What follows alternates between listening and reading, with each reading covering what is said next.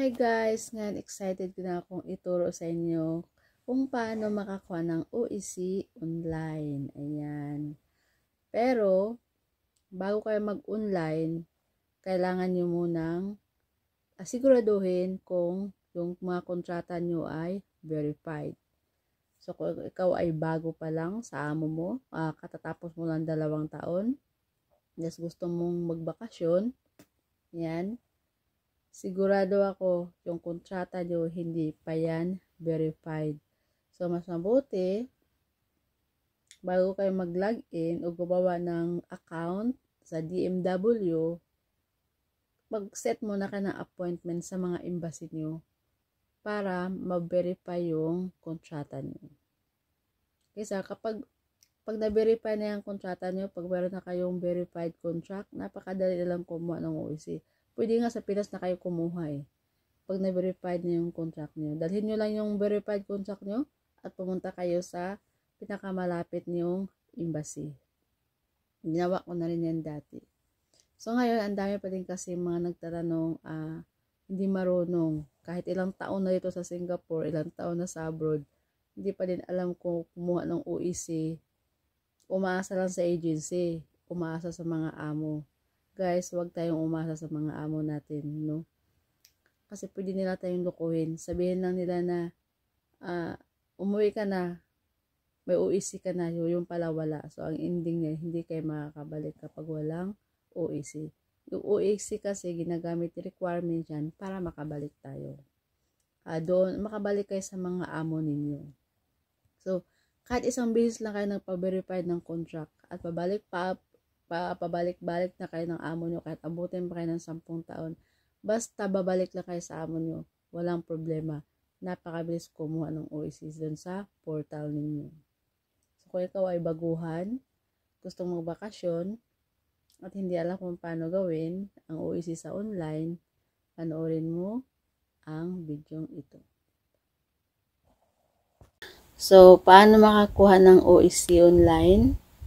So, punta lang kayo sa Google Chrome at i-type ang DMW. Yan, OEC. Click lang natin yan. At dito, sa e-registration, i-click yan. So, ayun. Merong e-registration, DMW Help Desk, online job fair, appointment. So, kung dito sa DMW Help Desk, kung nagkamali kayo ng input dyan, huwag na kayong gumawa ng bagong account, ha? Mag-create lang kayo ng ticket dyan. Kung may mga problema, halimbawa, hindi kayo makaproceed, hindi nyo ma-process yung OEC nyo, baka may problema. So, mag-create lang kayo ng ticket. So, ngayon, dahil wala namang problema sa account ko, kaya i-click na natin yung let's go. Then, kung wala pa kayong mga account, kailangan nyo muna mag-register. Click register. Then, click I accept the terms of use. Ito, may mga paalala. Basahin ang mga paalalang yan bago mag-register. So, dito, please enter the details that appears in your passport. So, kung ano na sa passport nyo, yun ang ilagay nyo dito. Kailangan yung email nyo is valid na bubuksan nyo kasi doon sila magsisend ng temporary password para makalagin kayo. Okay? So, balik na ako doon sa login kasi hindi naman ako mag-register. Yan, tagal pa naman ito.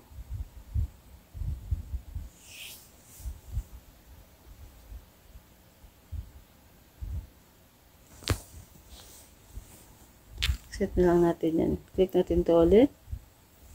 And, click let's go. Magla-login na ako.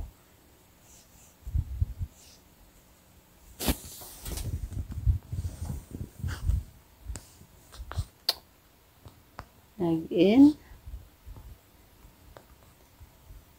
Then, Next, password.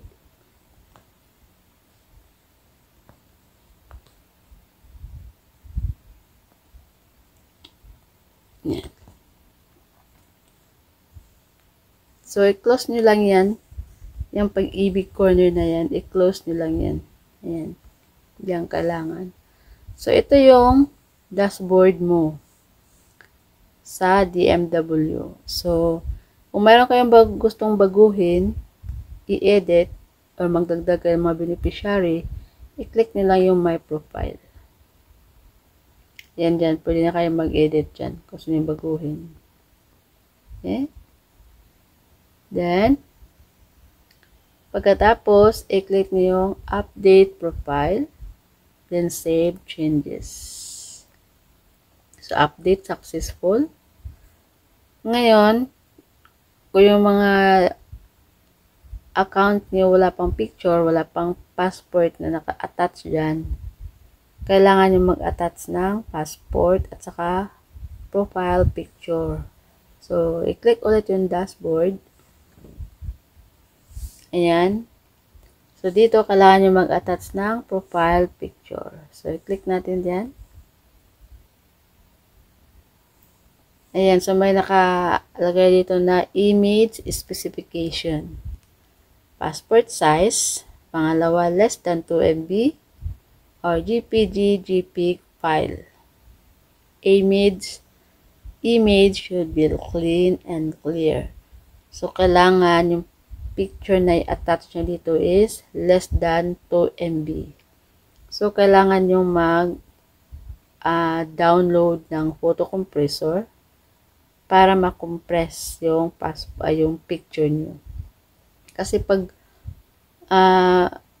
more than 2 MB na siya, hindi siya pwedeng ma-upload. So, tapusin lang ang video ito. Sa dulo, ilalagay ko yung video kung paano kayo makapag-download ng photo compressor at paano kayo mapag-resize ng picture nyo. Okay? Then, so choose file lang, then click upload. Okay? So, balik tayo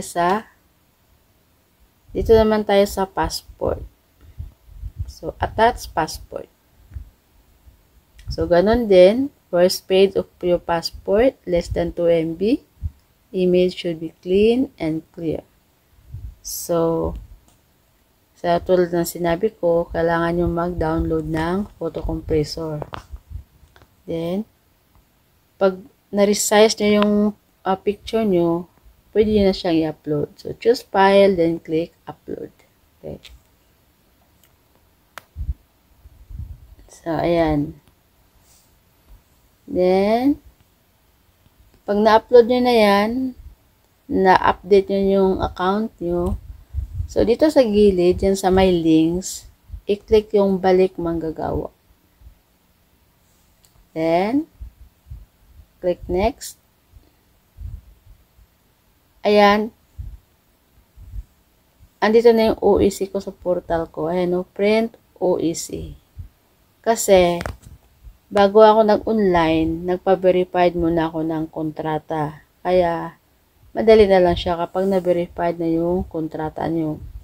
Pero, kung mag-online kayo agad dito, tapos sa tingin nyo, yung kontrata nyo, hindi pa na-verified, wala yan. Kayo ang magsusulat ng mga information dyan. Kayo yan.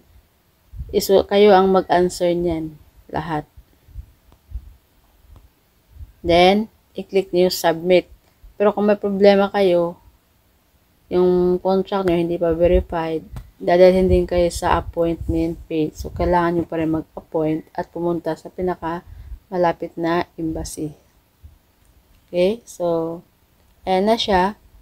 So, doon sa mag-update ng kanilang OEC, halimbawa, naka-uwi sila last year, tapos uwi naman sila this year, ang kailangan lang baguhin doon is yung flight date. So, i-input nyo lang yung flight date nyo. Then, click submit. Then, mga few hours after 30 minutes, i-check nyo again.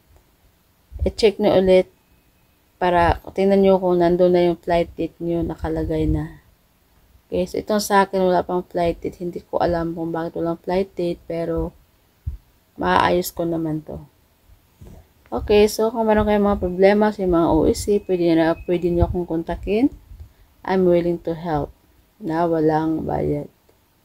Okay guys, thanks for watching. Bye!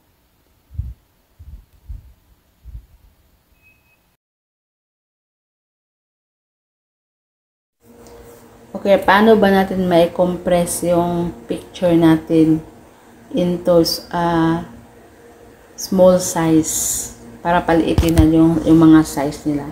So, punta kayo sa Play Store. Mag-download kayo ng, i-type nyo lang photo compressor. Photo compressor resizer. Ayan. So, i-download nyo to. Ayan, yung photo compressor. Marami namang iba't ibang photo compressor. Pero ito yung di-download ko. So, naka-download na siya. Open na lang natin. So, dito may mili kayo kung anong gusto nyo gawin sa picture nyo. I-compress nyo, i-resize nyo, i-crop nyo. So, ngayon, ang gagawin natin is resize photo kasi nga paliitin natin yun. Okay? At dito may mili tayo ng picture na paliitin natin. So, halimbawa, yun yung passport ko, paliitin natin. So, 3.30 MB yung size niya, ha. Yan. Click natin. Next. Then, click resize. Ayan. So, before, 330 MB. So, lumiit siya into 1.87 MB. So, kasi ang nakalagay doon sa doon sa account nyo sa DMW, kailangan less than 2 MB. So, ito na yun siya. So, naka-automatic save na yan dyan sa gallery nyo. Tingnan nyo. Ito yung gallery ko. So, ayan siya. So, pwede na yan yun na yun yung i-upload nyo doon, i-attach nyo doon sa profile nyo doon sa DMW. Okay? Thanks for watching. Ayan guys, ganoon lang kadali kumuha ng OEC online basta verified na yung contract mo. So, kung hindi nyo pa alam kung paano kumuha, pwede nyo akong i-PM. Willing akong